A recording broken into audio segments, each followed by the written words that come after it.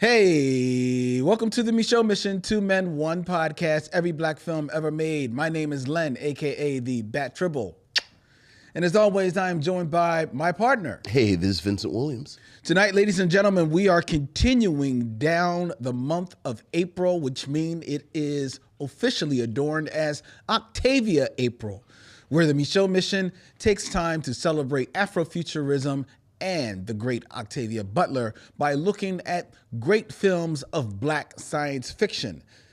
Last week, we watched The Creator, which starred John David Washington. Yes. This week, we are watching his daddy That's right. do his thing from 2010 in the Hughes brothers, The Book of Eli. Yes. Vincent's selection for this stop on the Micheaux Mission. Shout out to each and every one of you out there watching as we are streaming live from Yunk Junk, Philadelphia's premier video podcast palace right here in Manayunk, to all points north, south, east, and west. That means Facebook, that means Twitter, and that also means YouTube. Shout out to each and every one of you out there in the chat as we are streaming live. Hello, missionaries. Good evening, one and all. Vincent, how are you doing today? I am fine, as people can tell. It's warm here in Philadelphia. It is. Yeah, so it's nice. I'm not going to claim spring yet, but it was a nice day. It was a very lovely day. And yourself? I'm doing pretty good. I had a very restful day after a very exciting weekend. Right. Hunkered down with a lot of my friends, family, and including my grandson and son-in-law to watch WrestleMania. I'll say it was WrestleMania weekend. Yes, WrestleMania here in Philadelphia, ladies and gentlemen, which meant that I did the smart thing and went out of town to watch WrestleMania. It's real talk. To Cherry Hill, where we rented like an Airbnb. Yeah, we all kinda, like, I remember. It was a good time. Good. Really great time. I had a good time seeing my grandson. The first time I'd seen him in a couple of months since I went out to Pittsburgh. Okay. And my first time seeing my son-in-law, because he was always deployed every time that I saw him. All right. Thank you for your service. So it was a good time able to spend some time with him. Okay. And really just him and my grandson and like my best friend and a bunch of my best friends and a couple of my family and nephews and little niece who loves wrestling just as much as everybody else. Nice. It was really, really a great time. And I don't know how many of our missionaries are Micheaux Mission fans, but I had a return back to my childhood in that the champion, Roman Reigns, he lost. Yes. In WrestleMania, lost the championship to Cody Rhodes. Cody Rhodes, that's a familiar name. Yes, the son of Dusty Rhodes. Oh, yeah. Hard times. But Roman Reigns had the longest, I had no idea of this, the longest reign of champion. Okay. Which extended over 4 years. Okay. All right.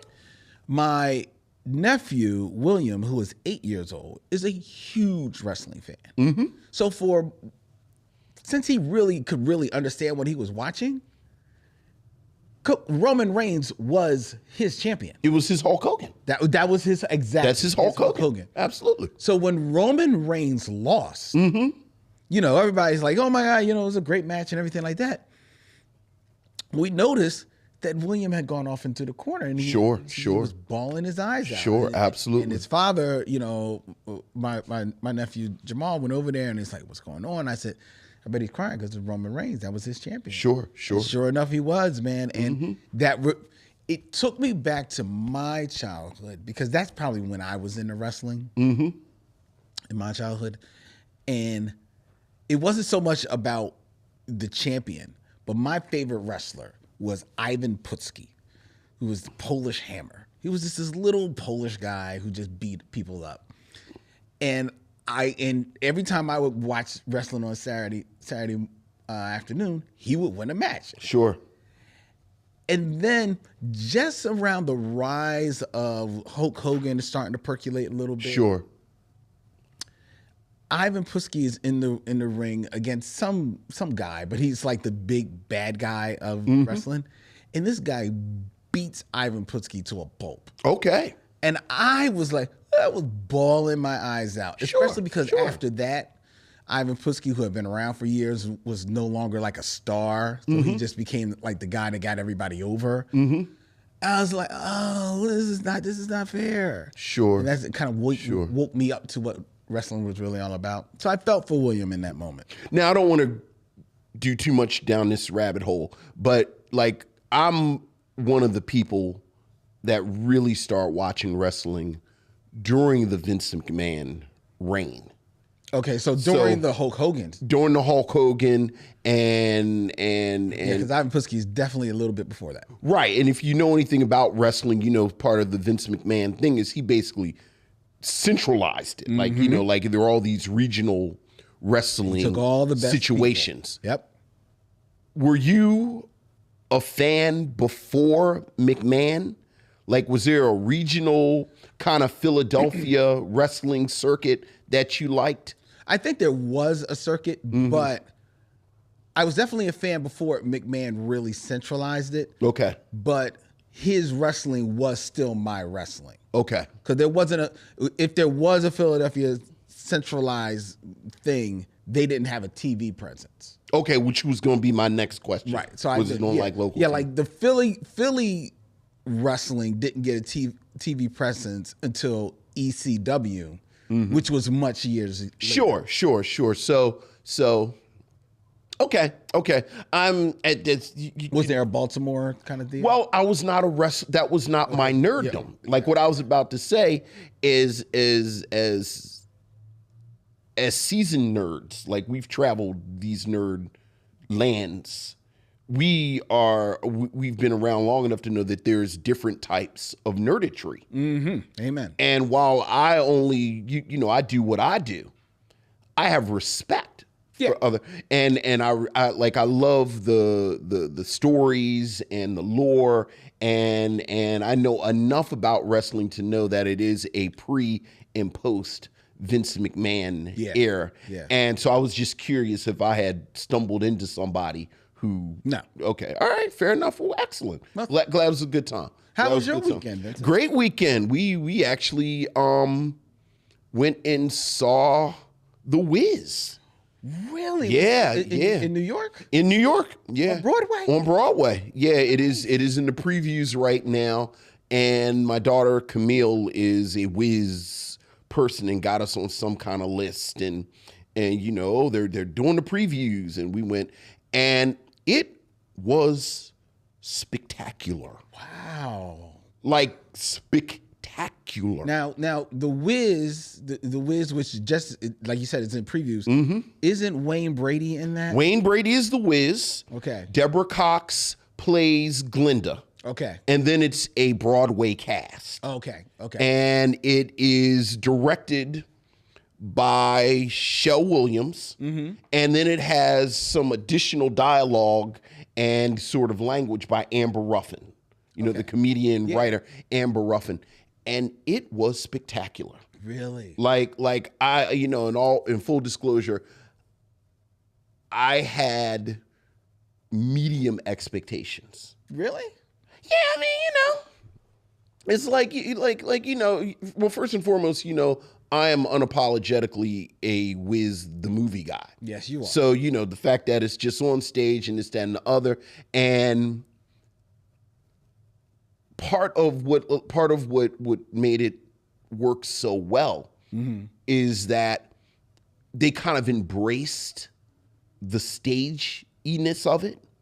Like I think when you think about, or at least me, because again, I saw a high school production of The Wiz, but I've never seen it on stage. So when I think about the Wizard of Oz stuff, you're thinking about the movie. I think about the Wizard of Oz.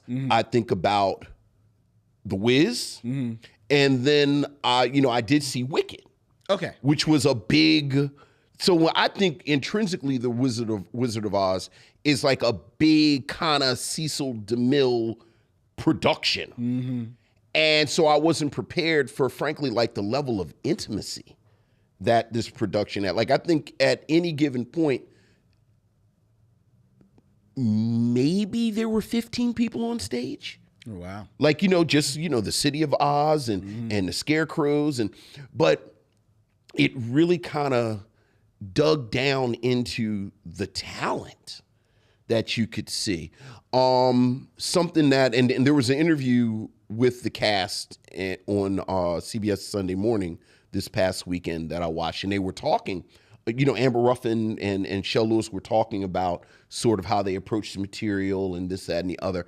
And one of the things that they talked about is, and frankly, I think they picked this up from the movie, that when you think about The Wizard of Oz and frankly, the sort of traditional way the Wiz is created, it's like Dorothy is young. And then she's got like these three, old men, weird uncles, basically. Yeah.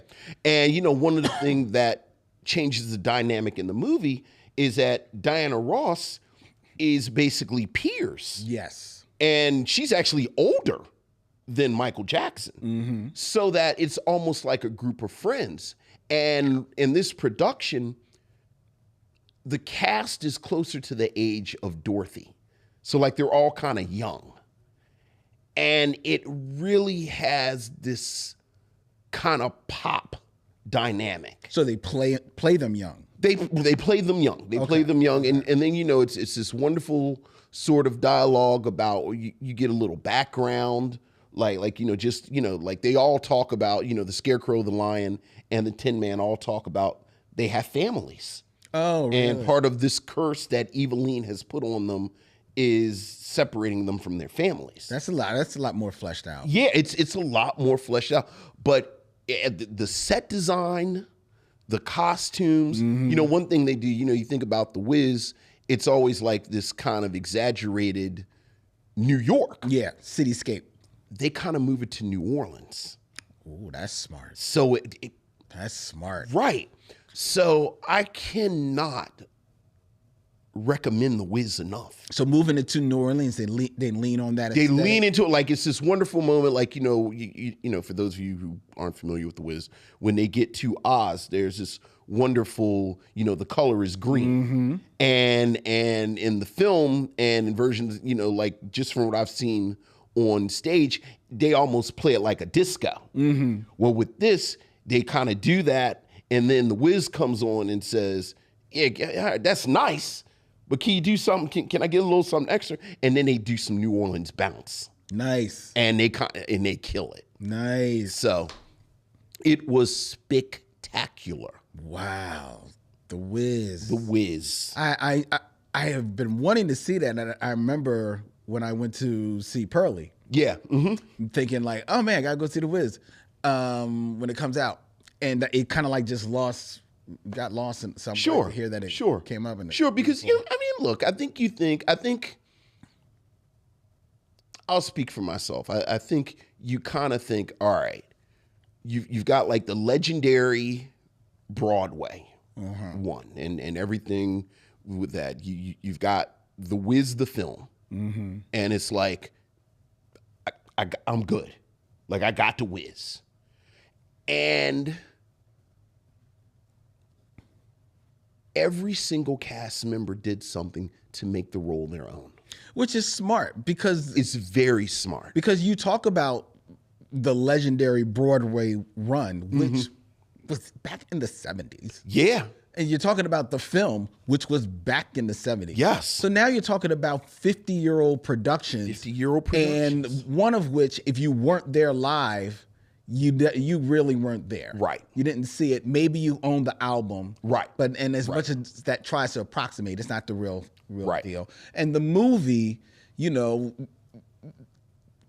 mileage may vary on the movie, but it's still a 50-year-old movie. Yeah. But this is a story with historic music in it that is worthy of being something that is there for everybody. Yes. Everybody should have their Wiz. And there's certainly there's a vibrancy, there is an energy. This is not a period piece. This is not a museum installation. Okay. Like this is a Broadway show. And it's sort of like the thing. To be clear, I was surprised at how good it was just because I didn't know how the material was going to translate. Like at this point, I'm never ever surprised at how good the performers are at a Broadway show. Because you got to figure like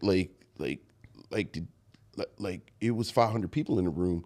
fighting to the death. That's right, for this role. Mm-hmm. So like, dude came out, and now I'm the Tin Man, and there's 499 dead bodies in that room. Yep. Somebody seated at. Yep. And of which 100 of them probably are as good as this person. Right. He was just a little quicker on the draw. Exactly. Right. Exactly. You know, they just didn't have that fastball that day. You know what I mean? So shout out.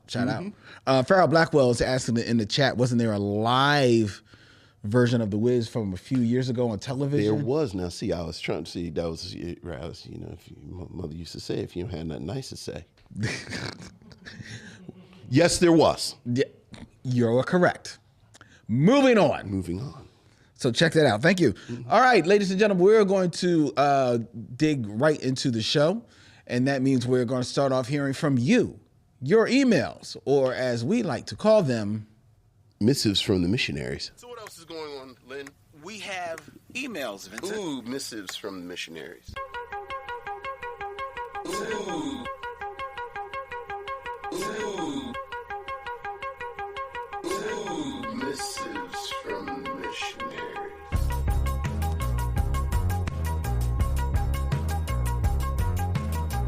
Missives from the missionaries. Vincent, we have an email from Bruce Woods. Hey, what's up, Bruce? Saying thanks for the recommendation. I do know that ultimately both of you decided that you did not recommend The Creator. Yes. Our review from last week. Yeah. Bruce continues, I just wanted to let you know that based on your critique, I am sitting here watching this film. Oh, okay. So much detail went into your criticism and analysis of the film, I became intrigued with it. So I sit here watching a film that I would not have prioritized on my viewing calendar. Wish me well. I mean, it's not a bad film, Bruce, you know. Quick points. Is Intergalactic a brilliant presentation of modern day culture and romance on your list? I'd love to hear your take on this. Are you familiar with Intergalactic? I am. I don't know. It's the Netflix animated film with Jessica Williams, who I go to immediately because I love Jessica Williams, and one of them little rap boys. One of them little rap. One of them. I am fully embracing my middle-aged black man status. One of them little rap boys. Okay. Look it up. So missionaries. Who am I? Intergalactic. It was a cartoon, and it was on Netflix a few years ago. It's a romance. I actually have heard really good things about Kid Cudi. Kid Cudi. It's Jessica Williams and one of them little rap boys. Kid Cudi, who I wouldn't necessarily say is one of them little rap boys. Hey, if you made music after Enter the 36 Chambers, you one of them little rap boys. It's a whole lot of little rap boys then. It is. And why is the music so loud? Look, write this down. Bobby Womack. Go ahead. Put on some Bobby Womack. Now you got something. We got something. Okay. All right. I think I did hear about this movie. I didn't see it. Yeah, it's supposed to be good though. Yeah, I just haven't gotten around to it. I didn't see it. And I really like Jessica Williams. All right. Well, then maybe it might find its way. Also, on the subject of is it a black film, Bruce continues, the Australian film Rejoice, that centers around three Aboriginal sisters from the late 90s who reunite after the death of their mother. The film does combine stuff we've seen before, mirroring other films that feature disparate family members coming together, the one that stayed home, and the racial issue that they experience. Lastly, I'm starting a begathon regarding your podcast. A begathon. Ooh, begathon. All right. I realized that I don't have anyone who I can discuss topics such as Len hate. That's a whole subject, apparently. It's a whole subtopic. They have like a wiki. Stuff that Lynn Webb hates. You know what? I know someone is actually working on a Wikipedia page for the Micheaux Mission. If I see a Len hate subtopic, it's going to be me and you, bruh. Things Lynn hates. or whether Origin read more like a documentary reenactment than a screenplay. Ooh.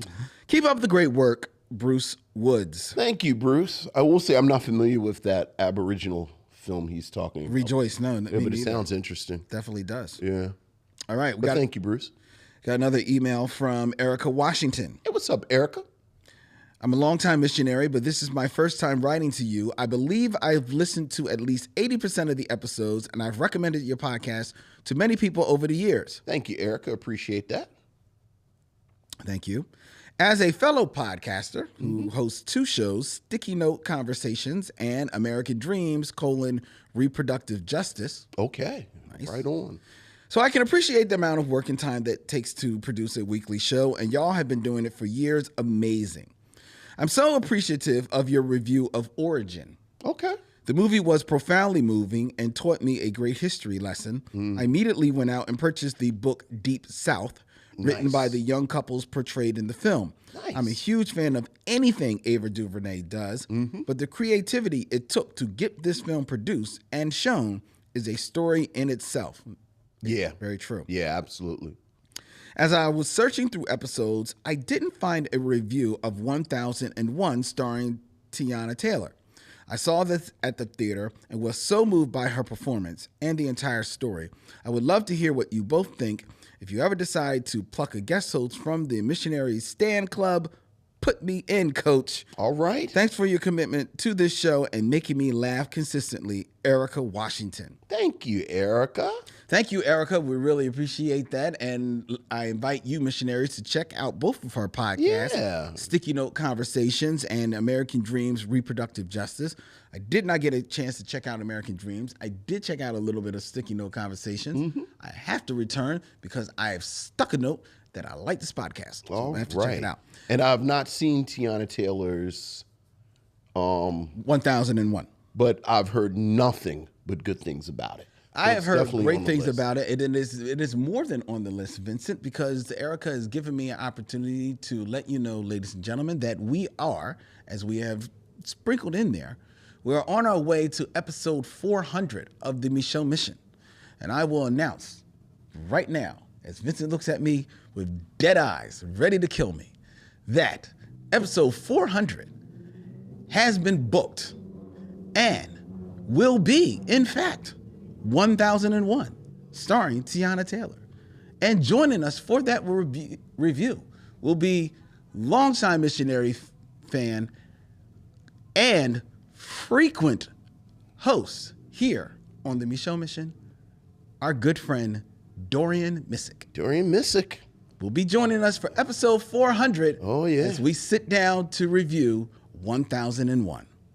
So, very much looking forward. It's been good seeing him too. You know he's on the circuit. I know because of Shirley. Yeah. So it'll be really great to sit down and talk with him. And actually, it'll be the first time in a long time sitting down and talking with him. Like, let's be honest, seriously about a movie. I know when you said it's so weird because it's always like the last few times we were sitting talking about Dolomite. Yes, which is awesome. But yeah, that'll be a good time. It'll be a very good time. So we're looking forward to that. Yeah. So that is tentatively scheduled to hit the airwaves in June. Way things work. I don't want to put out the date just yet. Look. But the episode 400. Y'all saw me looking at it. I was like, ooh, Lynn, it's early April. Hey, I booked it already. You got to get the man early. Look, I hear you. Ooh. You got to put it out there. All right. But thank you. Thank you, Erica. Thank you, Erica. Appreciate that. We have another email, Vincent. This is from Corey P. What's up, Corey? Black Directing School is the subject. Hi, Len and Vince. I hope this email finds you well. It did. It did. I remember one episode you guys crafted an ideal criteria for black films for people to see. If you are either new to black cinema or an overall fan of black movies. Listening to that one episode prompted me to think about black directors and craft imaginary classes for people who want to check out black cinema since they've never watched any black movies before, wanting to pursue a career of filmmaking, or fans of black cinema in general. What would that look like? And what would be, or who would be the black directors and classes you would like to see happen? Examples are Spike Lee, pushing the envelope and incorporating motifs into film. Ernest Dickerson, cinematography. Barry Jenkins, masculinity and black love in a modern landscape. Cheryl Dunye and Dee Rez, black LGBTQ plus representation. Carl Franklin, neo-noir in black movies. I think that's a good one. Leslie Harris, black girlhood in films. Comedians wanting to direct for the first time. Can't wait to hear your thoughts from a fellow missionary, Corey P. I think all of those are actually really strong. Corey hit a lot that I would hit. He did. Cheryl Dunye and Dee Rez about black LGBTQ representation is good, but I would push back on that a little bit, especially in regards to Dee Rez. And I think Dee Rez could actually be pulled for any one of these, from pushing the envelope and then incorporating motifs, or talking about black love in a modern landscape. Even masculinity, thinking about, some of the portrayals in Mudbone. Yeah. But I think you're the academic. I mean, someone name checked Ava DuVernay earlier. I think at this point you can absolutely have an Ava DuVernay class in sort of art and activism. Yeah. Art and activism.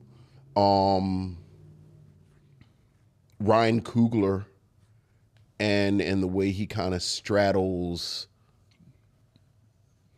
sort of blackness and it's sort of almost a populism. Like I think he, like, between Creed and the Black Panther films, like the way he's kind of thread the needle between this is something that has this distinctive blackness to it, but it also has this quote unquote crossover appeal. Okay. Without losing its essential blackness. I think Jordan Peele. I was just about to say Jordan Peele at this point. I mean, Jordan Peele could actually, you could pull him on storytelling, writing, but I think him and maybe even Ava DuVernay, to your point, that move from being a filmmaker to a producer, because thinking about how many people they've brought up underneath them. Right. Have you seen Monkey Man? I haven't seen it yet. Me either. Yeah, I was thinking about maybe going to see it this weekend. Yeah, absolutely. So many of these. Monkey Man being a Jordan Peele production under Dev Patel. Dev Patel's movie. So yeah. Yeah, that's a good one. That is a good one. Thank you, Corey. Thank you, Corey, for that email. We have, I believe we have one more. Yes, we do. And this is from Michael Lockett. Hey, what's up, Michael? The fabric of our lives ain't cotton. Okay.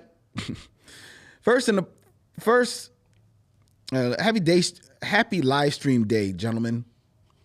First, and apologize that I did not contribute to the conversation last week, but it was spring break and my family and I were out walking the soles of our feet off at the happiest place on earth. That's fine. Hey, that's fantastic. To you, bro. That's fantastic. That said, I am all caught up on my tome travels, Just Another Girl on the IRT, Origin, Fences, and The Creator. Okay. In my opinion, Just Another Girl on the IRT, Origin, and Fences all give us a slice of the American diaspora that, whether we like it or not, is us. In both Just Another and Fences, we get characters whom I think the directors went out of their way to make us not love, but definitely identify with in a very age-specific way. A teenager and an older man weathered by life can both be jackholes. I think Origin did a great job taking nonfiction and breathing some fanciful storytelling into it. The creator had all the makings of something great, but it dropped the ball when it came to everything but world building. Imagine how much better Allison Janney's role could have been had she had an equally powerful and nuanced foil. Yeah. Amen. Yeah, absolutely. I agree. One thing that Vincent mentioned while you were giving your flowers to Louis Gossett Jr. was that he was part of the fabric of TV and cinematic culture. This got me pondering who you guys might put in the fabric conversation for the 70s, 80s, 90s, 2000s, the 2010s, and the 2020s. There's so many names along the likes of Bernie Casey, Clarence Williams III, John Witherspoon, and Dougie Doug popped into my head.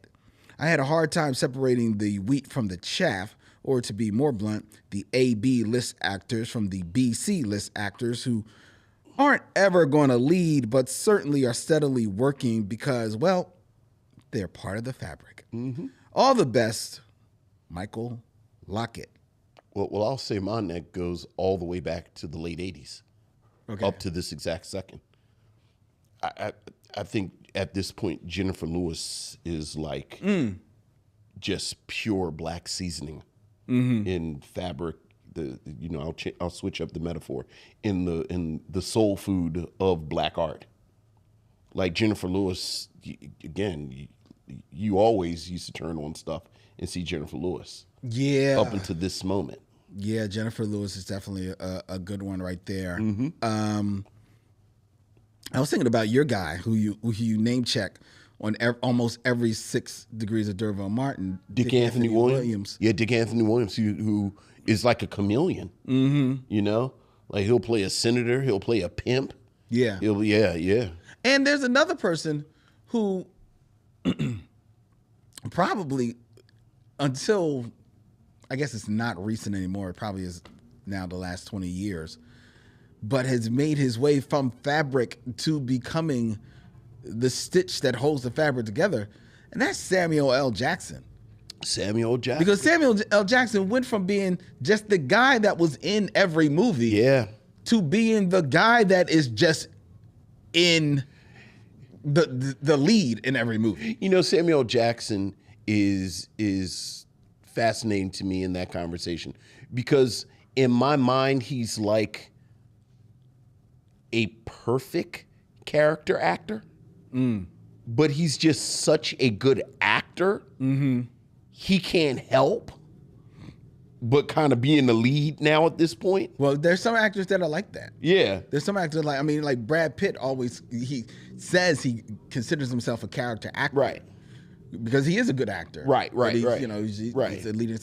Another person who I would mention, Loretta Devine. Loretta Devine. I'm so happy she's getting her flowers now. But Shirley Ralph was a staple of black art all the way back to the 70s. Yeah, she was. Now here's my thing, not argument, but my question about Shirley Ralph, who I adore. Of course you do. Definitely a staple. But did she, because she spent more than a fair amount of time on stage. Right. So did she spend so much time on stage that she is not so much the fabric of film and television in that way? I think arguably she spent as much time, if not more, on television now. Really? I mean, she was on Moesha. No, she okay. was on. Okay, that's what, 90s. Right. There are 2 or 3 shows in the 80s. Like you kind of look at those, or at least I do. Like sometimes you go on YouTube and you look like short-lived shows that had like 2 or 3 seasons. Like she was on, I think, It's a Living. Oh, that's right. She was on It's a Living. Like on the syndicated version. Like quietly. Boy, that's a deep cut. but that's what I mean. Like quietly, you look at stuff and you go, damn, is that Shirley Ralph? Yeah, I forgot about that. Yeah. Because I remember when I saw it, I was like, ooh, hey. But it's like 5 shows like that. Where, just like you said, whoa, who's the brown shorty? Yeah, oh boy. And like in the credits, it says brown shorty. It does. Shirley Ralph. It does. It does. Yeah. Oh, you just got me going back to It's a Living. Look, man. Look. It's a Living. She played a waitress. Look. In like this it was like a penthouse Yeah. restaurant. It was the weirdest show. I think the conceit was these were women with jobs. Yes. It's 1982 and the women's movement's passed, and now women have jobs. Women have jobs. They've been able to get credit cards on their own for 5 years now. Women have jobs. Women have jobs. It was nothing but young Alice. That's all it was. Well, Alice, the conceit was she had gotten a divorce. Oh, that's true. That's right. That's right. Because Alice don't live here no more. Making my way because I don't have no husband. Okay. All right. And I gotta raise We're going down this theme song boy alley. on my We're going down own. theme song alley. Let's not do I'm gonna that. be a waitress because I don't have a husband because I'm divorced. And then One Day at a Time would come on afterwards, which had the exact same Premise. You had the exact same premise. high concept. Yes. She's a This is woman. it. She don't have a husband and she got 3 kids. This is it. What's she gonna do? She don't have no husband. Gotta go get a job. Oh my God. I love One Day at a Time. Look, man. I did love that show. Look, I did like that show. Look, you know what? Okay. And you know what? What was I reading? Like I was reading something. Like I was reading this essay on sort of pop culture and social movement reflected in the pop culture. Okay. And like we've been talking about this sort of reaction to the women's movement. Mm-hmm. Oh, because I was reading something about whiteness and how ethnic whites had sort of become gentrified into like sort of standardized whiteness. And you think about something like Okay. so you think about something like there was this whole wave of shows like Angie, and it was like a million shows like Angie where like it was an ethnic white woman, like, oh, she's Italian, oh, she's Irish, and she marries like waspy dude. Yeah. And then hijinks ensue because the wife has an ethnic family. And it's like, oh, I'm really Irish. Oh, I'm really Italian. It's like, oh, I say. Yeah. But you know what they folded into that analysis? Bewitched. Oh, really? Where they said her, not Samantha? Samantha, yeah. Samantha being a witch was sort of a metaphor of ethnic whiteness and sort of her trying to balance all of that. But yeah, it was a really interesting time, the early mid 70s into the 80s. That's interesting because there was actually a show, and I'm trying to find it. It was a show starring Meredith Baxter Birney, when she was married to, at the time, David Birney, the actor David Birney, right? And they did a show years ago called Bridget Loves Bernie. Okay. That was a hit for one season, but it got taken off the air Because the premise of the TV show was that she was Catholic and he was Jewish. so he was the ethnic. Right. And when you said it, and I was like, wait a minute, that sounds like he's Jewish. Yeah. You can't have an ethnic man. This was like late 60s, Right, early 70s. right. And people, it was Right, a hit. right. But too many people started railing The against it. woman can be ethnic, but the dude has to be quote unquote And this is regular. probably right before they realized, okay, Right. yeah, we got right. You can't have it couldn't be no Italian dude with like Doris Day, which is what makes I Love Lucy so radical. Oh, well, yeah. Yeah, well, one of the many things that makes I Love Lucy so radical. I know. And timeless. Yeah, and timeless. But yeah, Cheryl Lee Ralph was always kind of in the mix in these shows, and like she was the black girl in it. So, But you touching on Alice and One Day at a Time, especially One Day at a Time, gives me a segue to ask you: okay, have you seen the Netflix trailer for the animated reboot of Good Times? I have. And what are your thoughts on this reboot? My mother told me that if you don't have anything nice to say, you shouldn't say anything. This is what I will say, all jokes aside. A, it's a trailer. Fair. B,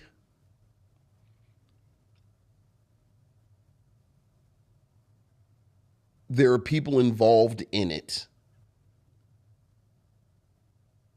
who I like work that they have done previously. Mm-hmm.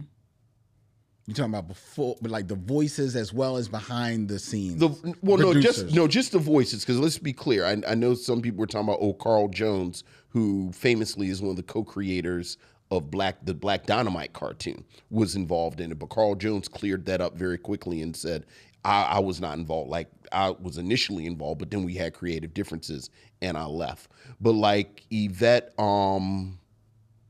Nicole Carson, I think, the sister from Community. I know who you're talking about. Yeah, but I like her a lot. Mm-hmm. I think like Marseille Martin is in the mix. Yes. JB Smoove is in the mix. Mm-hmm. Like, these are creatives that Jay Farrow. Well, I'm not. Well, the creatives I've named. I'm not going. Well, look. We're going to talk about. We're going to talk about. There are some people that I feel like they don't just take checks. Okay. So, I do not have high hopes for it. I don't understand why this is, Yvette Nicole Brown. I don't understand why this is the project that people decided to focus their energy on. And I will say this. This did kind of depress me as a Good Times fan. Mm-hmm.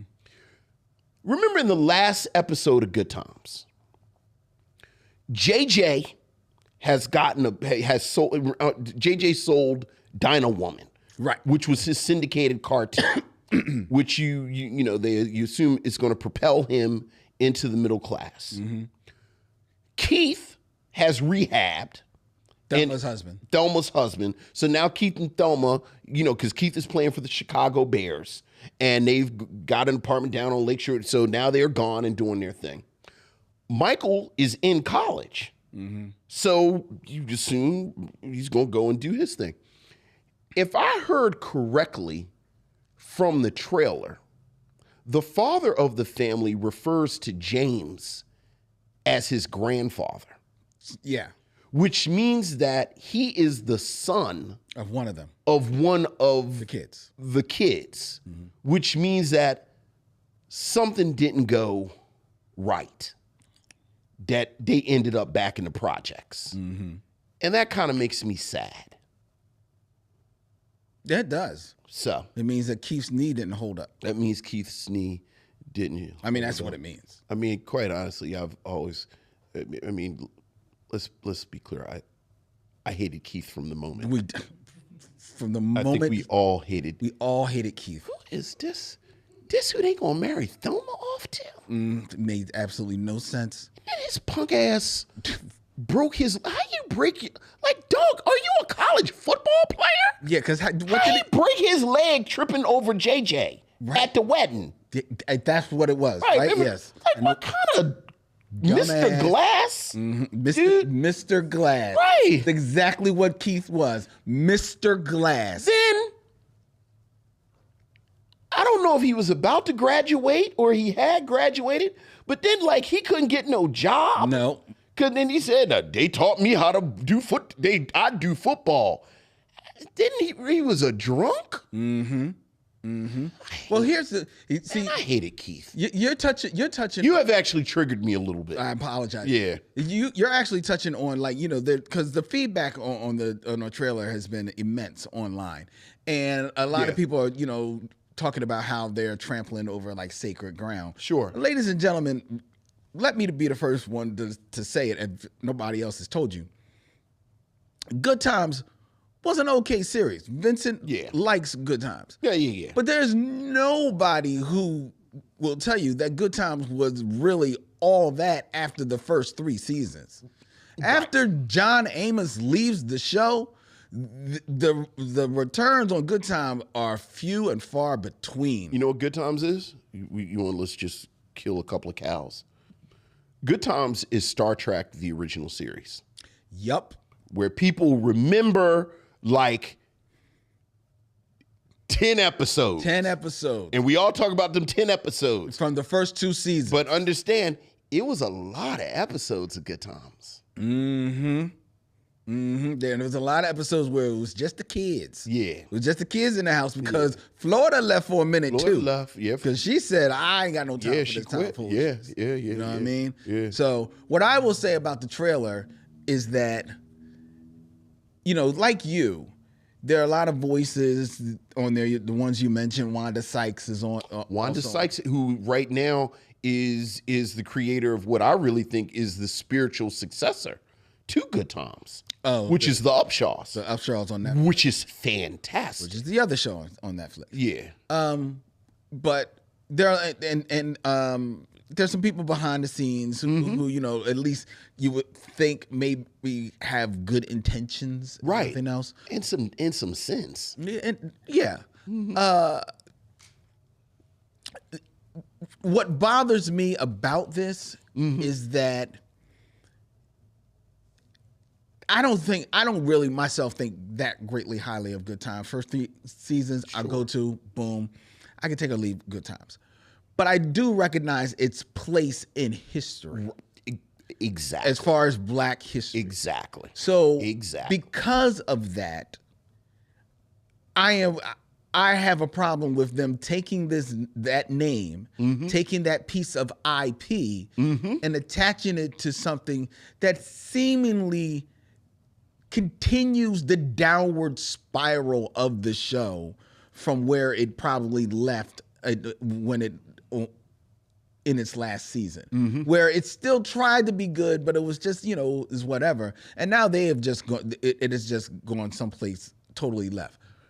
Mind you, that's totally based on the trailer. We have not like you seen said, anything we have not but seen the trailer. that episode, Right? And because there are argument to be made that if you took a trailer of, you know, a lot of shows, Sure, or a lot of movies and things, they might have you thinking one way, and then the actual product taking you another way. So, but that being said, I would have just as soon as them just coming up with another title and letting this be its in and of itself its own thing. If you know what. Yeah, basically what you just said. Like if you took the 2 words "Good Times" away from it, I think people would feel a little better about it. Yeah, because then you would feel like you have the license to maybe laugh at some jokes that maybe are kind of like a little funny. Look, man, You know? Carl Jones left apparently, but I would love that kind of Black Dynamite energy. Oh, I would love it. To be I on love something. Black Dynamite. Of course you did, because the Black Dynamite cartoon is one of the greatest things to ever happen in the past, like 30 years to Black people. Yes. It's like we had a Black president, Black Dynamite. In that order. That's it. That's it. Black president, Black Dynamite. That's it. That's and Jay Cargill. I don't know what that is. Look it up. Why don't you just tell me? If you watch WrestleMania, you know who Jay Cargill is. Oh, okay. Yeah. All right. All right. But yeah, you know. You gonna watch an episode? I'm going to watch it. You're gonna watch the whole thing. I will try to watch the whole thing because I want to give it its just due. I'm gonna commit to 2 episodes.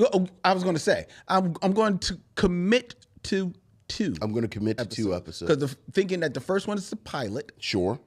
and then The second one is after. Yeah. What did you learn from the pilot? What have we learned? Exactly. What have we learned? So I'm going to commit to 2. I'm going to commit to 2. I'm also going to commit to 2. That was the plan. All right. All right. And before George Kimona asks, And we lucky we got him. Good times. Before you ask George Kimona, we are not going to be talking about Star Trek Discovery right now. We have promised that at the end of the season, we will do a total deep dive on this season of Discovery and the show in general. In general. Yes. Okay? So, cut you at the pass, my brother. All right. All right. All right. All right, let's continue on with the show, ladies and gentlemen. There is no top 5 tonight. No top 5, but there is always the Game of Kings. Game of Kings. Which means it is time for 6 Degrees of D'Urville Martin.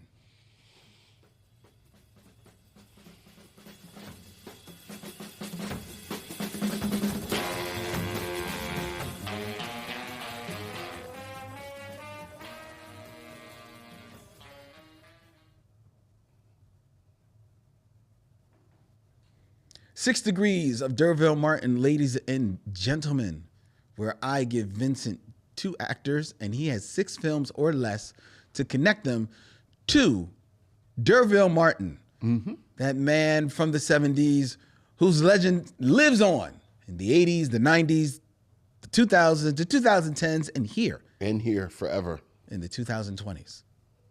Right here. Vincent. Yes, sir. Keeping in theme. We are going to be reviewing the Book of Eli tonight. From the director, the Hughes brothers, starring Denzel Washington. I have plucked 2 stars from the Book of Eli. Okay. You will have to connect them to D'Urville Martin. I will. And you cannot use the Book of Eli. I cannot use the Book of Eli. No, you cannot. Book of Eli, off the table. So in 6 films or less. Yes. Connect D'Urville Martin to Mila Kunis. Mila Kunis.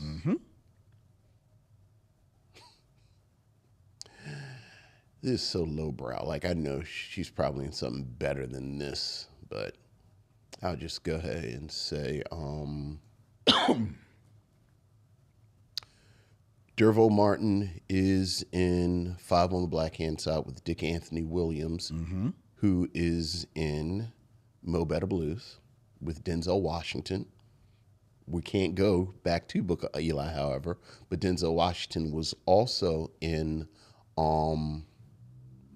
Devil in the Blue Dress with Jennifer Beals, but I can't use Jennifer Beals to go back to the Book of Eli either. No, you cannot. But he was also in Devil in the Blue Dress with Don Cheadle. Okay. And Don Cheadle was in Boogie Nights. Yes. With Marky Mark. Yes. And Marky Mark was in Ted with Mila Kunis.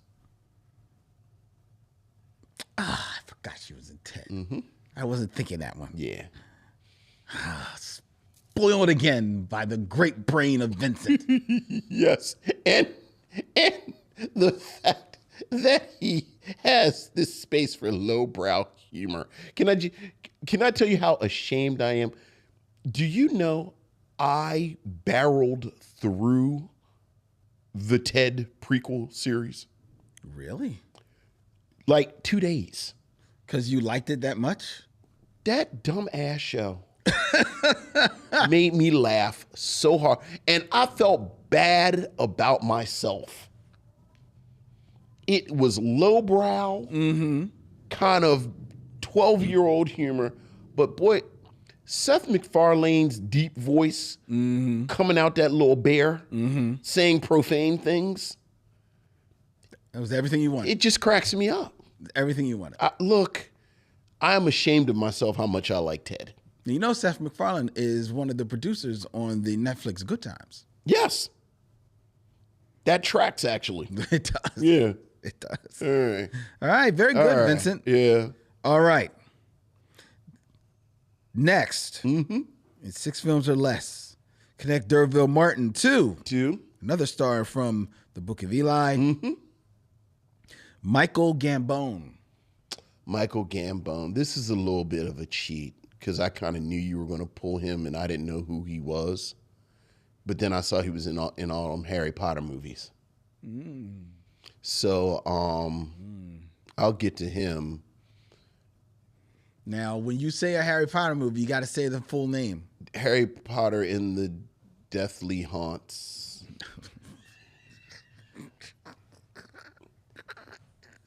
Harry Potter in the you call yourself a woman, but I'm not going to call you a woman, and y'all going to take my transphobic stuff and love me anyway.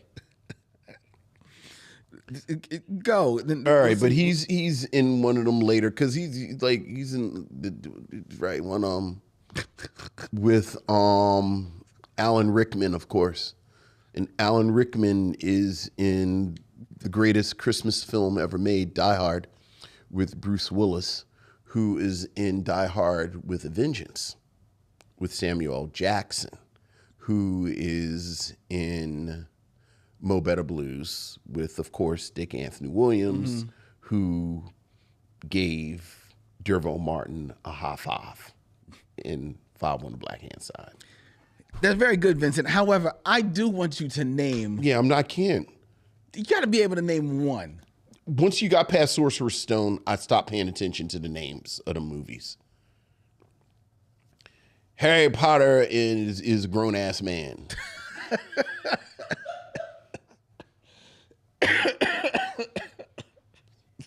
Harry Potter and everybody understanding that Ron should have died, but we all like Ron.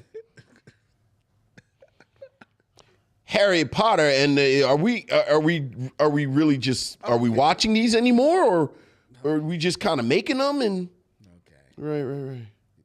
I should have took him Harry Potter and the transphobe has made $1 billion, and y'all gonna keep buying Harry Potter stuff. If I take, I'm curious. You gonna take this bigotry?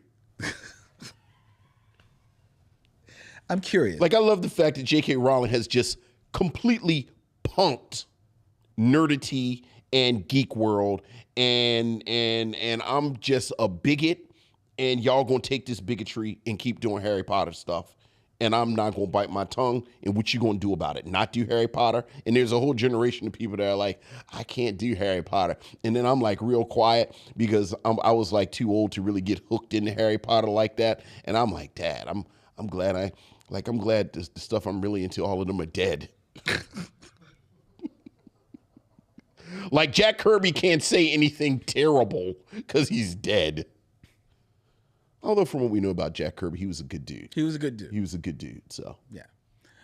I'm curious. If I had taken the Harry Potter films off the list, would you have been able to? Probably not. Really? Okay. Right. Because what would, I mean, like, you see him and you know him, but like, what would I have known him from and said, oh, it's Michael Gambon? I'm trying to think of looking at his film. Did you see The King's Speech? No. Okay. No, I had no interest in that at all. Okay. Did you see Gosford Park? No, not a Gosford Park fan. Didn't make your way to that. The prequel to Ted, you found it barreled through. Gosford Park, Academy Award nominated Gosford Park. Ain't got no time for that. Okay, interesting. I'm a complicated man. Gosford Park is 100% one of those prestige films that everybody talks about in the year that it's out, and then nobody ever watches it again. Oh, that's not true. When is the last time someone watched Gosford Park, and why did they watch it? I watched Gosford. No, not you weirdo old white lady sitting in the house eating soup. I mean a regular person. Like a regular person. I don't like soup. Because it's too hot. Is it too hot and spicy? You just want like some tea, and you drop the tea bag in just for. But like not. Don't keep that tea bag in too long. No, I don't keep my tea. I know you don't, because you like it's sort of weak. And some dry toast. No. Maybe some applesauce. No. I get a 4th Street cookie. That's how I spend my nights. What else would I know him in? This is a film I think you saw. Okay. Sky Captain in the World of Tomorrow. Who was he in that? Of course, who was anyone in that? Well, isn't that the movie with I remember Angelina Jolie because she had an eye patch. He plays Morris Paley. Okay, sure. I don't know. All right. I couldn't get through. I did see Sky Captain. I can understand not getting through it though, because it was weird looking. He was also in Sleepy Hollow. Who's he in Sleepy Hollow? He is Baltus von Tassel. Yeah, like he's one of the, like he's a great character actor that he's just sort of over there playing his position. Okay. So yeah, it really was. Yeah, I'm not even gonna lie to you. I was leaning on Harry Potter. He was in The Life Aquatic with Steve Zissou. Who did he play? That's my your favorite Wes Anderson film. I don't believe so. He was Osiri Draculius. Now that's a good one. Now that's a good one. Yeah. Is that a character role? Yeah. But I love, like, that's one of my favorite films, quietly. And yet you did not recognize him. I didn't. I did. Well, I forgot. I don't think about him. He's in the same year that he's in a Harry Potter movie. Okay. You should be ashamed. Yeah. Okay. I'll learn to live with it. I'm sure. All right. All right. And Layer Cake. He was in Layer Cake. I never saw Layer Cake. Layer Cake is a good movie. I hear that. It's a good movie. Yeah. It's not as good as Gosford Park. Oh, sure. I honestly, okay, let me tell you this. For Christ's sake. Let me tell you this, Vincent. Yes. Bear with me. Yes, please tell me about this period piece, prestige film. Vincent? Sure. Vincent? Bunch of baby boomer white people. I believe that you will like Gosford Park. This is Gosford Park. Because it's very important. Because at his heart, it's a murder mystery. Mm-hmm. It's a murder mystery. And Helen Mirren is in it. Oh. Clive Owens. Oh. You like them. I do, but come on. Who else is in it? Who else very prestigious? Look at Clive Owens trying to make a prestige film. Who else is prestige in it? He's good at what's this young boy's name? Oh, Sir. Not Ryan Gosling. Sir Pippington. Sir Pippington. Chauncey. Sir Pippington Chauncey. No. Of the Scottish Chaunceys. You know, I hate when you do that. Bob Balaban? Okay, that's not I didn't know Bob Balaban was in it. That's not who I was reaching for. Oh my goodness, I didn't know Bob Balaban was in it. That's not who I was reaching for. You should have led with that. Not who I was reaching for. Maggie Smith. Oh, Dame Maggie Smith? Dame Maggie Smith is in there. And a very young Ryan Phillippe. A very young Ryan Phillippe. Yes. It's a good movie. I'm sure it is. Robert Altman wrote and directed it. Mm-hmm. It's a good movie. No, all jokes aside, he didn't write it. It was written by the creator of Downton Abbey. Yes, yes. I did not know Robert Altman directed it. It's a very... all jokes aside, you should have led with that. Well, okay, we were on Michael Gambon. Yes, but yeah, there is nothing about Gosford Park. You should see it. Yeah. You should watch it. Mm-hmm. I believe you will like it. Yeah, sure.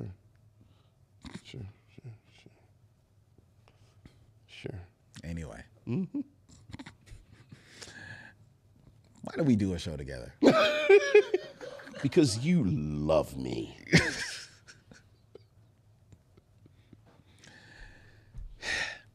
And I love you. Let's get to our review of, what are we looking at? The Book of Eli.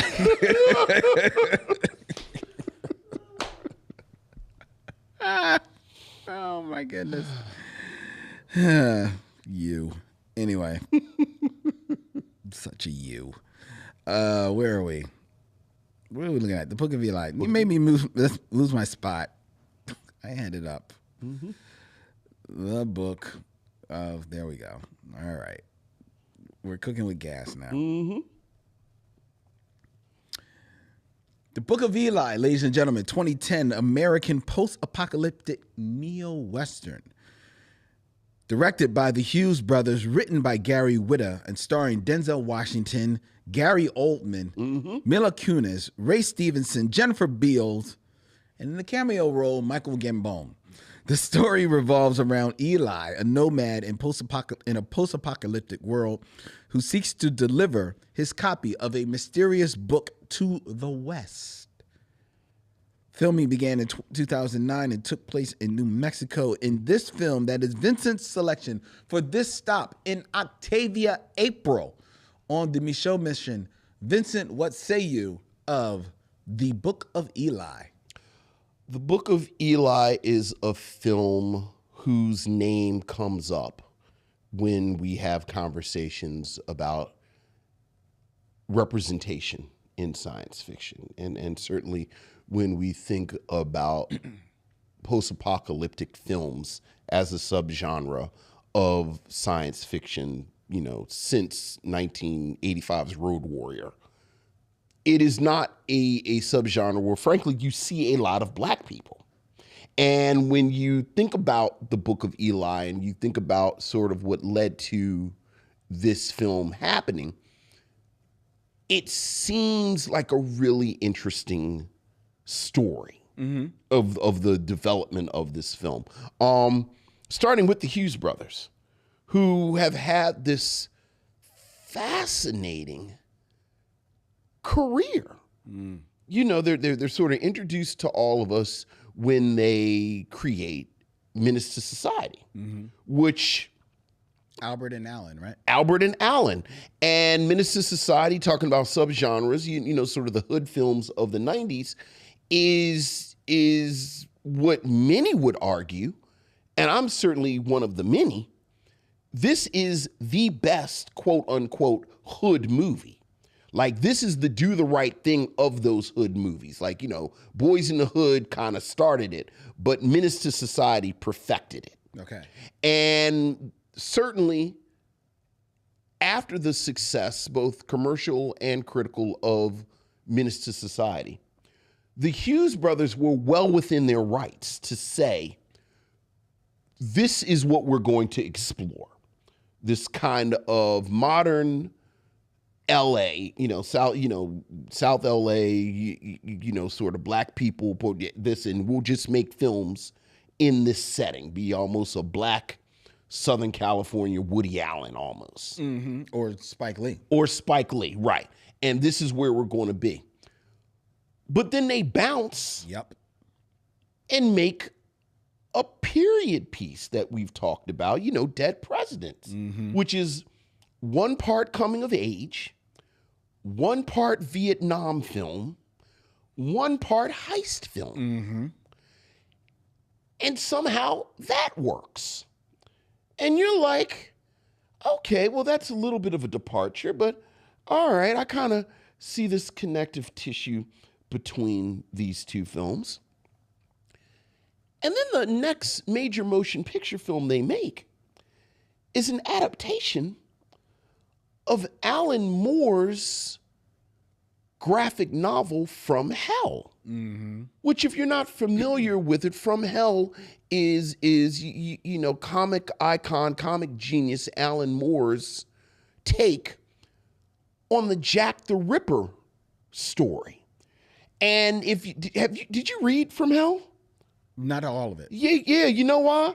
Nobody really reads from it. Like, it's this brick of a graphic novel. It's like 1,000 pages, and it's like a fever dream where there's conspiracy theory.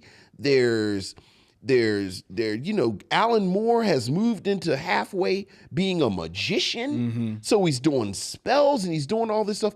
And most people said that this was unfilmable. And after the Hughes brothers make this film, people continue to say, this is unfilmable. This is unfilmable. And frankly, the film version of From Hell does not succeed at all. No. But it's a really spectacular failure. Yes. Like, you get the sense that the Hughes brothers were trying to do something with this. They took a big swing. They missed, but they took a big swing. So just from these three, somewhere in there, they make a documentary about pimps. Like, they become these filmmakers that you pay attention to the projects they take, because they're sort of all over the place, and you're like, well, there must be something interesting about this if they took this. Then you have this really A-list star, Denzel Washington, in the middle of it. And at this point, he's made Man on Fire. This is after Training Day. So Denzel Washington in action mode is not unique. But Denzel Washington as this mysterious traveler who's adept at these sort of combat martial arts, which, sidebar, you read Denzel Washington performed his own stunts. Yes, he did. That's actually Denzel Washington doing that. And kind of, traveling to the West with this book. It's not really a spoiler because you find out fairly early that it is a copy of the Bible that he's trying to deliver somewhere to the West. And Gary Oldman is playing a sort of one of these small town lords, that you see in these post-apocalyptic films. And much like Denzel Washington, if I haven't mentioned it already, sort of elevates everything. Yeah. Like Denzel Washington sort of elevates whatever material he has because he's Denzel Washington. And the same for Gary Oldman. Same for Gary Oldman. And Gary Oldman is sort of playing this role, and he wants the Bible because he's going to use it to manipulate religion and kind of take over. Rounding out the cast is Jennifer Beals, who is doing okay in whatever she's doing. Not that much. And Mila Kunis, who I always like Mila Kunis. Me too. And I kind of like her energy with Denzel Washington. And this is a film, very well directed. It's kind of washed out, this kind of post-apocalyptic drought. And it's very dusty. It's a lot of browns. It's a lot of grays. But the Hughes brothers are good enough as directors that I never found it a monotonous landscape. Like, it's always something really interesting to see. But I think what this film really stumbles on is a factoid with the script, where the scriptwriter, Gary Whitta, talks about he wrote this script in 6 days. And certainly they brought in a screenwriter to punch it up. When you read about Denzel Washington and the Hughes brothers and Gary Owen and their kind of process, apparently a lot of them contributed to the script as well. But there's never a moment where this script really rises to the level of craft that everyone I just named is capable of, and you see in this. I think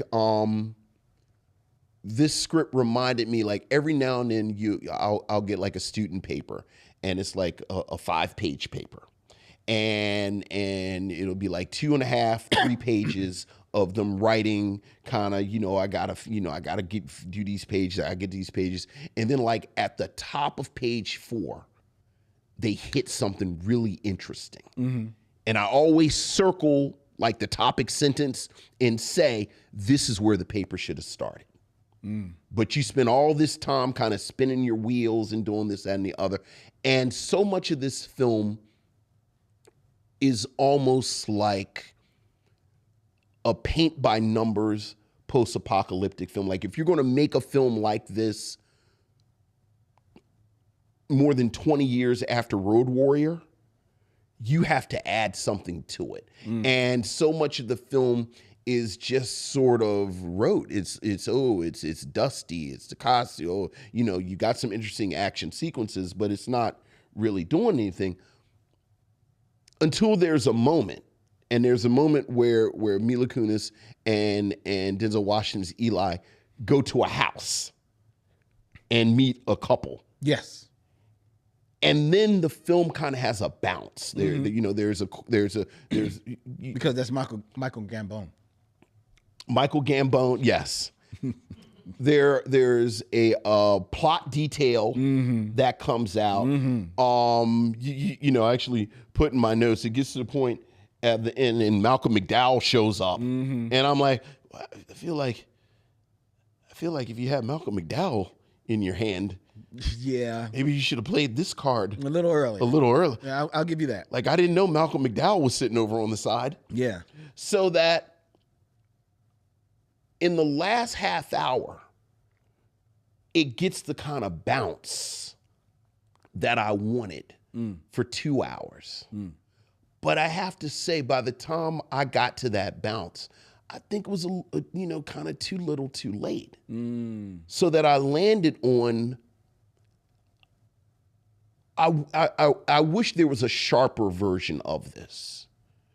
So much so that even the plot detail that I'm talking about that makes you kind of re-examine the whole thing. Yeah. I feel like it was the script was too cute for its own good. And maybe that should have been, kind of lead with that. And then you get something that I think is a little stronger than what we end up getting. See, I think I like the idea you mentioning the filmography of the Hughes brothers and going through it, and especially when you land on Dead Presidents and how many movie genres are wrapped up in that one film. The Vietnam, the coming of age, the heist film is all there. It's like they go for their epic movie right there.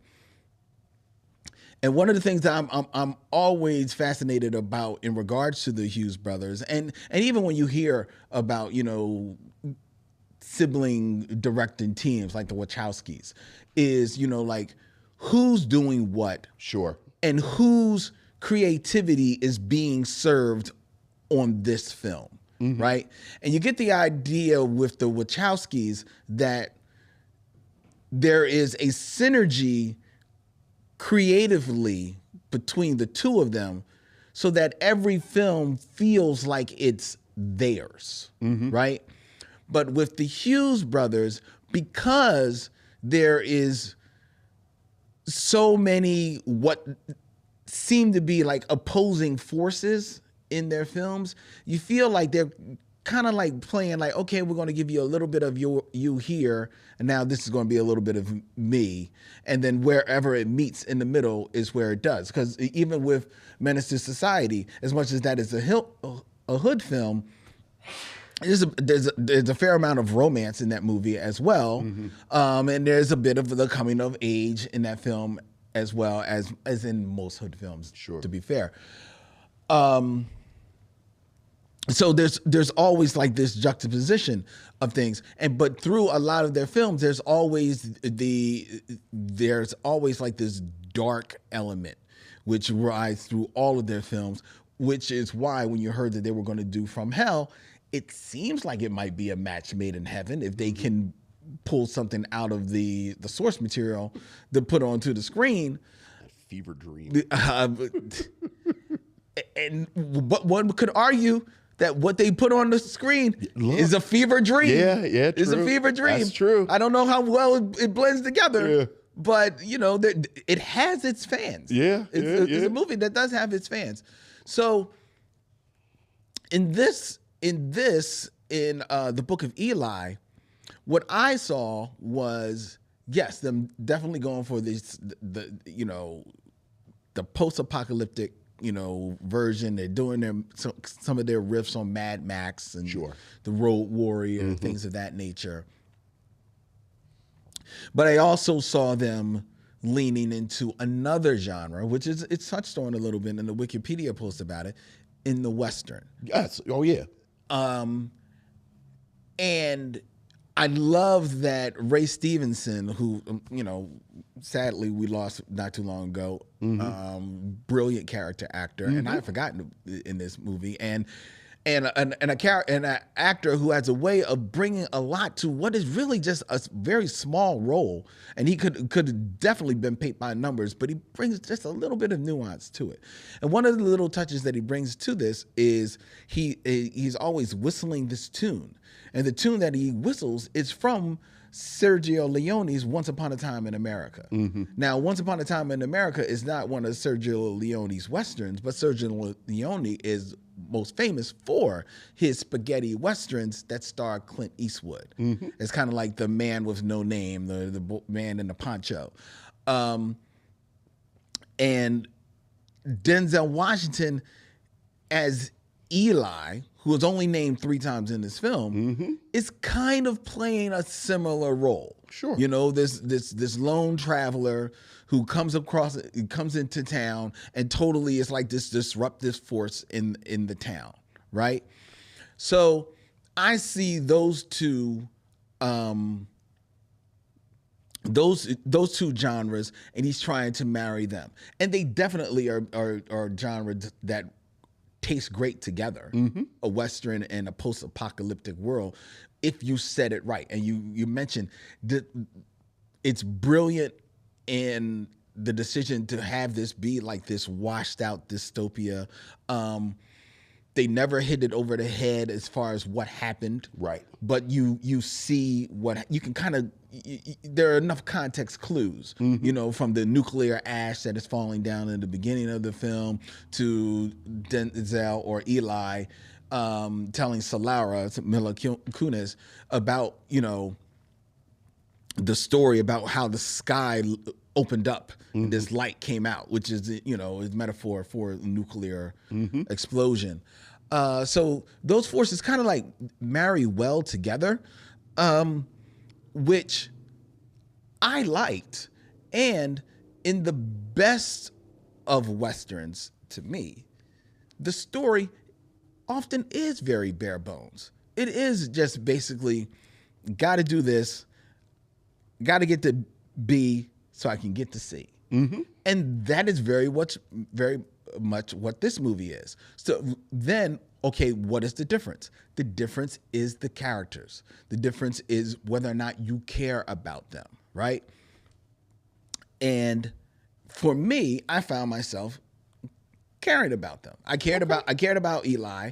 It's not so much that I cared about Eli, but I was with him. Okay. I was as much with him as I am with Clint Eastwood in any of his movies, right? You figuring, you know, he ultimately is going to win, but you just don't know how it's going to look. And that's what happened with Eli.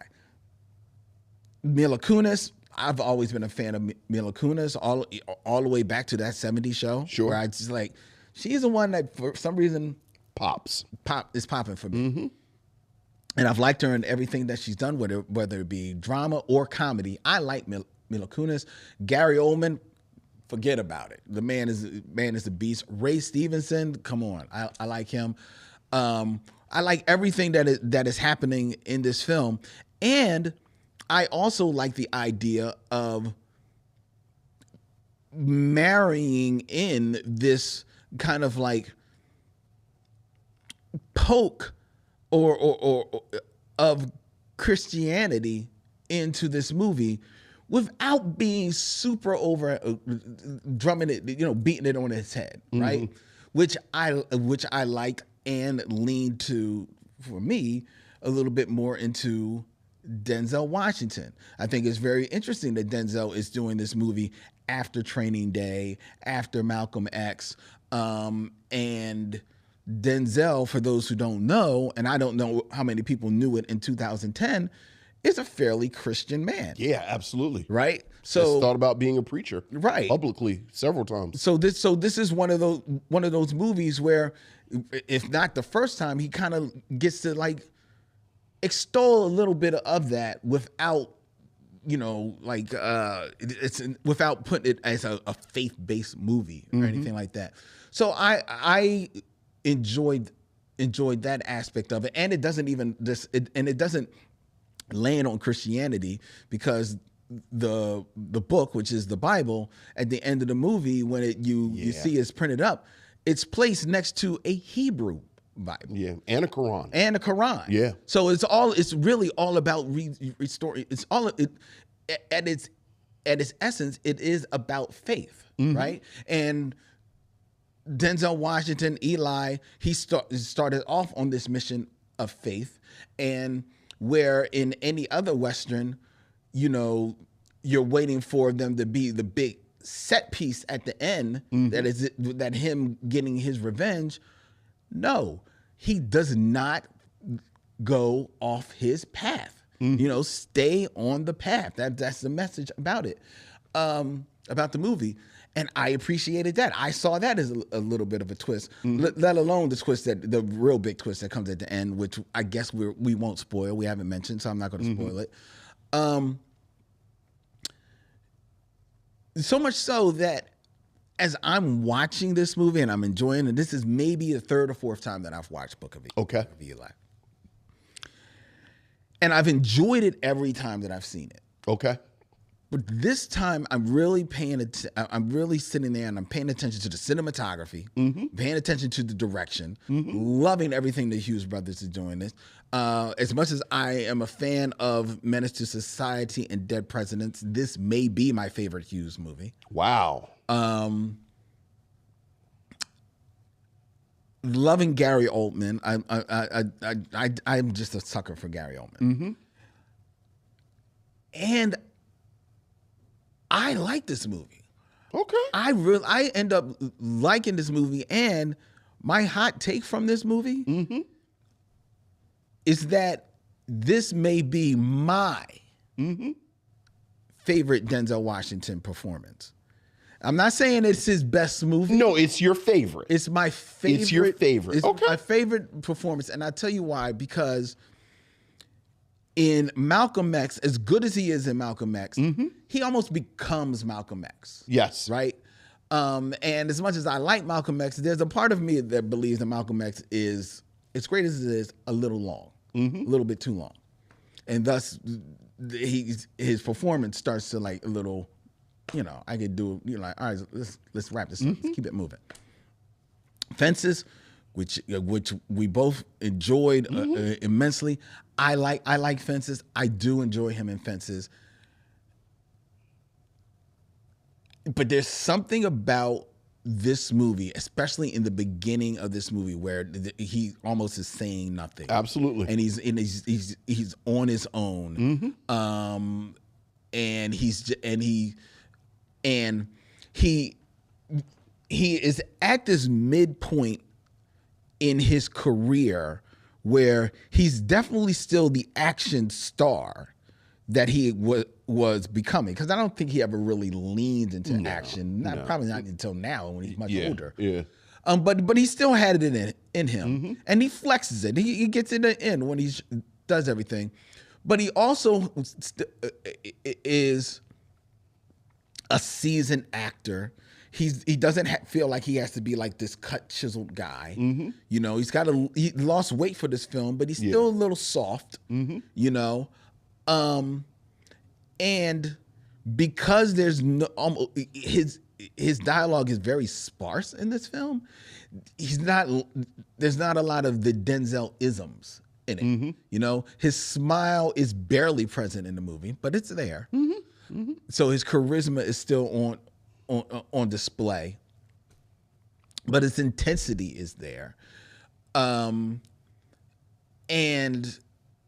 the way that he connects with Solara, Mila Kunis's character, the way that he connects with Jennifer Beal in one scene together, I just really felt his presence in this movie. And maybe this is me reading a little bit too much into, you know, his Christianity, you know, playing a part in how he wants to really carry this role. But I felt that there was a lot more of the actual Denzel in this that you hear so many actors speak of, where he's become like their mentor, this guy who's kind of like this sage advice. I felt there was so much more of Denzel in this role than in maybe any of his other roles, that I really enjoyed it. And also I'm a sucker for a Western. So I think this is my favorite Denzel Washington performance. And because of that and all of the other factors, I just thoroughly enjoyed this movie. I enjoyed every aspect of it. Yeah, God knows I wish I could be there with you. But I really do. I just thought this script was so by the numbers. But isn't that every Western? And you love Westerns. No, yeah, I do love, but not every Western is like. And certainly, what's your favorite Western?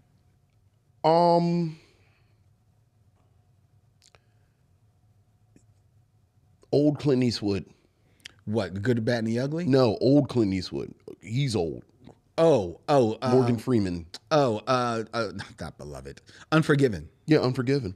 Okay. Unforgiven. And to your point where you mentioned that this sort of references the Man with No Name films and how they in a lot of ways were vibes. Mm-hmm. And certainly, I agree with you that it pulls from those, and then it pulls, of course, from the post-apocalyptic films. But whether we're talking about the Man with No Name films from the 60s, early 70s, or again, like Mad Max, of course, comes out before 85, but we really go to Road Warrior in 85. These are both films, these are both examples that are decades before this. Mm-hmm. So that in 2010, and certainly when I watch it today, like in full disclosure, part of the reason that this was underwhelming to me is because something that has happened since the first couple of times I watched it is that George Miller reminded you who he was. Yeah, he comes back with Mad Max Fury Road. Right. And again, something that's by the numbers does not hold my attention. And while I like I agree with what you're saying, but I felt like in a lot of ways, everything that you're saying about Denzel Washington's performance, and certainly this kind of interesting moment in his career, because I agree with you that this is the moment he's sort of doing this transition. Mm-hmm. I just don't think it's enough there. As you said, he's got the one scene with Jennifer Beals, and it's a fantastic scene. It's so fantastic that I think another couple of drafts of this script, they may have had one or two more scenes. There are details you talk about the sort of there isn't any detail given to what happened to cause this. But there's not a lot of detail given about a lot of stuff. Right. Like just reading about the film, like I found out this afternoon, where like you, obviously this is like my third time watching it. I found out this afternoon there's a plot detail where people go into places and they have to show their hands. Yeah. I just read this afternoon that this was a reference to cannibalism. And that when but it's not a clear connection in the film. Like they talk about it but there's not a clear connection in the film. And I am a careful viewer. Even the twist that we're talking about, like in real time, Dylan and I were talking about the twist and how you can reasonably infer the twist. But there's actually nothing in the script that says that. I mean, look, y'all, the movie came out in 2010. The twist is Eli apparently is blind the whole time. Yes. And the Bible was in Braille. Yes. But even knowing that,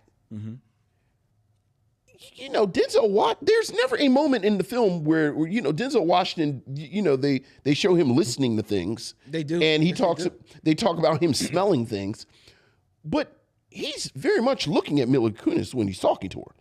Like, especially when you contrast that with Jennifer Beals' character, who is also blind. But she's doing like the blind people stuff. Like she's not looking at things and this, that, and the other.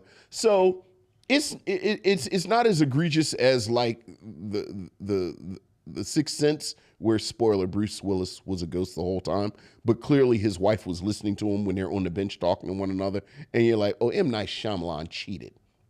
But it's not as sharp as I want it to be. And again, for me, I was frustrated because from the moment they go to the house of the cannibals all the way to the end of the film, there is a bounce. Mm-hmm. There is an energy. I agree. There is where, okay, the Hughes brothers are doing something different than what people have been doing, again, for 2 decades. Like, we've been making these movies for over 2 decades. And if you want to count spaghetti westerns, 3 decades, 4 decades.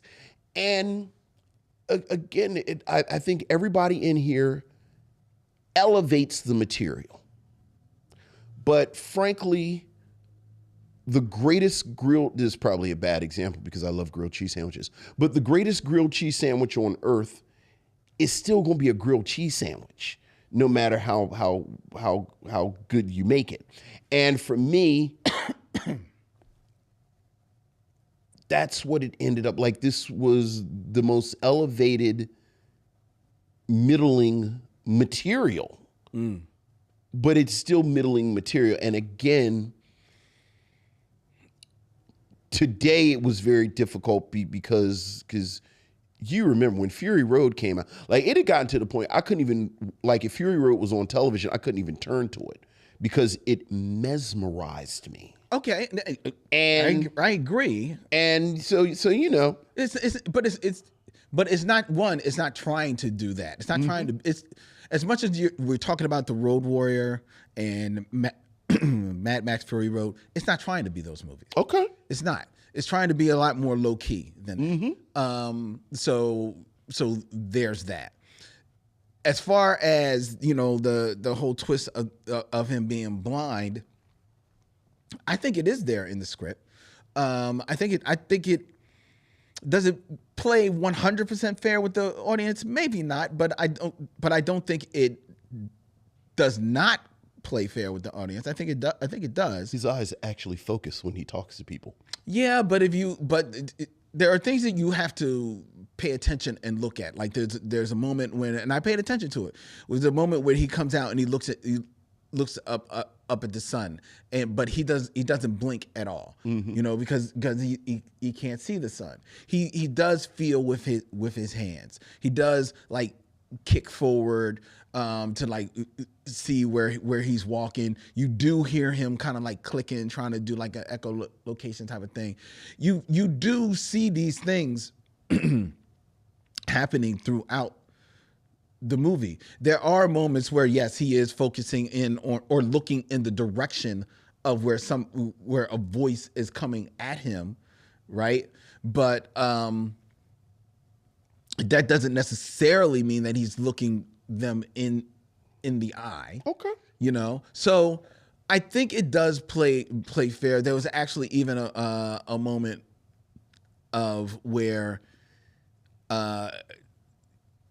he doesn't respond to somebody who is there until they say something. Sure. Because he didn't know they were there. Right. And that was something that I thought kind of happened, and admittedly I did read that, and I was like, okay, I kind of thought that happened, but I just didn't hit rewind.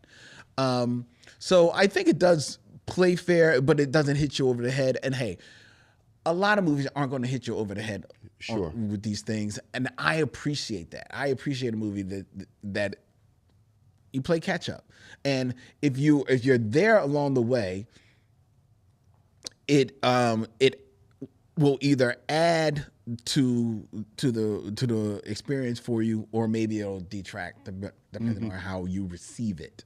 Okay. But I enjoyed it, and like I said, I am putting the caveat that this is me. I'm not going to say that this is the best Denzel Washington movie of all time. Hey, this is your jam. That's all right. You ain't got to give no qualifier for your jam. But I enjoyed it. Okay. That being said, all this being said, Vincent, Would you recommend that people see the Book of Eli? I would not. Really? I would not. I think Denzel Washington has done better work. Mm-hmm. I actually think everyone in this cast has done better work. Fair enough. I think the Hughes brothers have done better work. I think as sort of a post spaghetti western, and as one of these kind of post apocalyptic films, there are better examples. I do have to say off of the top of my head, like I'm trying to think what is a recent spaghetti. I mean, you know, it's sort of heightened, but I think what's our movie? Netflix, Regina King, and some people I should have named before Regina King. Oh, but I love Regina King. The Harder They Fall. I think the Harder They Fall hits the kind of postmodern spaghetti western better than this. And you know, and again, I think if you want something that responds to Road Warrior and what Road Warrior sort of sets up as this subgenre, well, George Miller circled back around and showed you what you can do after Road Warrior. So I like the performances. I like the direction. But as far as 2 hours to devote to it, I have to land on I would not recommend it. And you? I would recommend this film. I would. To your point about the 2 hours, I don't think it's actually is a full 2 hours. What is it, Lynn? 1 hour and 58 minutes? Like I think it's 118 minutes. Oh, okay. Well, it didn't feel like it. It didn't feel like to me. It felt fine time wise. Like I didn't feel like there was a lot of fat on this movie. I love this. So sometimes, like when Wendy will watch Judge Judy, and it'll be 2 black people cases, and I was like, "Ooh, it's a double black," and like those are my favorite cases, like the 2 black people. Like, and it doesn't happen that often. No, it doesn't. So, like, you know, I love the episodes where you like the movie and I don't. Like, there's like, I think there've been less than 10 examples of this. I don't know about that, but anyway, no, I think there's been less than 10. That may be true. But yeah. I like this movie. I would recommend that. Yeah. I would recommend the movie. I think you should take Lynn's advice. I think that it is an opportunity to see Denzel at a different speed. Okay. You can never have too much Gary Oldman. Mila Kunis does good work in this. Ray Stevenson, remember you well. Yeah. Miss you badly. And hey, this is the last film that the Hughes brothers directed together. Yeah. They have not directed a film together in 14 years, ladies and gentlemen. And I think they went out on, to me, a high note. Now, you know John Boyega is developing a prequel series. I've heard that with the writer, Gary Whitta, as executive producer. I like John Boyega. I don't need a prequel series. I don't need a prequel series to... Well, to my critique, I actually would love to see this fleshed out. So I am cautiously optimistic about that. Okay. And God knows I want John Boyega to get a property where he's treated well. Yes. So. Yeah, he hasn't been treated well since, Attack on the Block? Attack the Block. You know, obviously he was fantastic in that episode of Small Axe. And spoiler, I adored him. Oh. And They Called Tyrone. They called Tyrone. Yeah. They cloned Tyrone. They cloned Tyrone. Yeah. And I'm sure he's still eating off of the Star Wars checks. Even if he may not look at the movies anymore. He's still eating off of them checks. So if nothing else, the way they treated him, hopefully them checks still show up every 3 months. Oh, I bet they do. Yeah. I bet they do. Mm-hmm. All right, ladies and gentlemen. That's interesting. We are in the second week of Octavia April, your favorite it is month of the year. Mm-hmm. And so far, I know. we are. I know, with one of my favorite acting families. I know. Because I love the Washingtons. You know, he took this role because of John David. Oh, really? John David brought this to Denzel. Oh, yeah, that's right, because he said it was his son. Right. Brought it to him. And he said John David told him to take Training Day. So he said, I'm like the interview from around 2010, where obviously John David is a much younger man, where he's saying, my son is getting into films, and so I'm listening to his advice, and he brought this to me, and I liked it a lot. Yeah. So obviously I like the Washington family, but yeah, you did not like the creator. Yeah. Not enough to recommend. And you do not recommend the Book of Eli. I don't. Yet, however, of the Len hate subtopic, am 1 and 1 here in Octavia. You are. And next week is my pick. I mean, that don't mean nothing. Today was my pick. Well, that's true. But before we tell you what we're going to be watching next week, ladies and gentlemen. He picks stuff all the time you don't like. I invite you to tell us what you're thinking, what's on your mind. Email us at micheauxmission@gmail.com. That's micheauxmission@gmail.com. Let us know what is on your mind. You can always find us on social media, on X, Facebook, as well as on Instagram at Micheaux Mission. You can always please subscribe and hit that bell on YouTube. We're a fledgling YouTube channel, but we're trying to get up there, trying to make our way to, I think we're inching closer to 1,500 subscribers, ladies and gentlemen. So tell a friend about the Micheaux Mission, the best movie podcast on earth. On earth? Yeah, I said it. All right. Which streams every Tuesday live from Young Junk, Philadelphia's premier video podcast palace, right here in Manayunk. And if you want to have your podcast filmed here at Young Junk, email our man Dylan at youngjunk.com. That's DYLAN at youngjunk.com.